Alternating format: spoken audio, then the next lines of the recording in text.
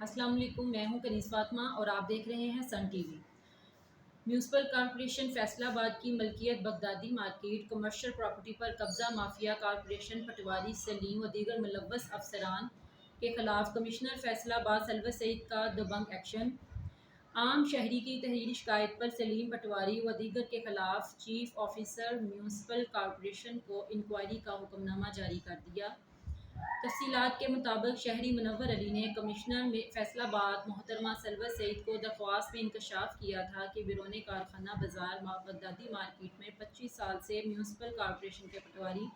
محمد سلیم اور کارپوریشن کے افسران نے ملی بھگت کرتے ہوئے پرائیویٹ مافیا کا قبضہ کروا رکھا ہے۔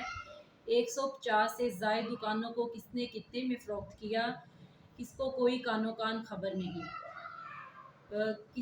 دکانوں پر ناجائز قبضہ افراد کے پاس نہ تو ملکیتی دستاویزات ہیں اور نہ ہی کوئی کرایہ نامہ موجود ہے۔ عرصہ 25 سال سے محمد سلیم پٹواری اور اس کے دست راست افسران اس سونے کا انڈا دینے والی بغدادی مارکیٹ کو دونوں ہاتھوں سے لوٹ رہے ہیں۔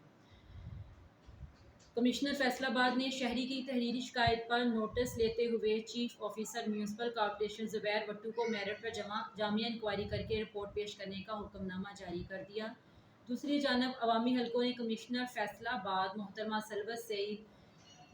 سلوت سعید کے انکوائری کے حکم نامے کو خوش آئین تو قرار دے دیا، لیکن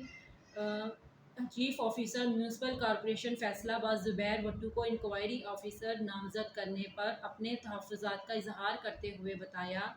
کہ میونسپل کارپوریشن کے افسران ہی تو اس اسکینڈل میں ملوث ہیں اور انکوائری بھی چیف آفیسر کو ہی دینا ٹھیک نہیں۔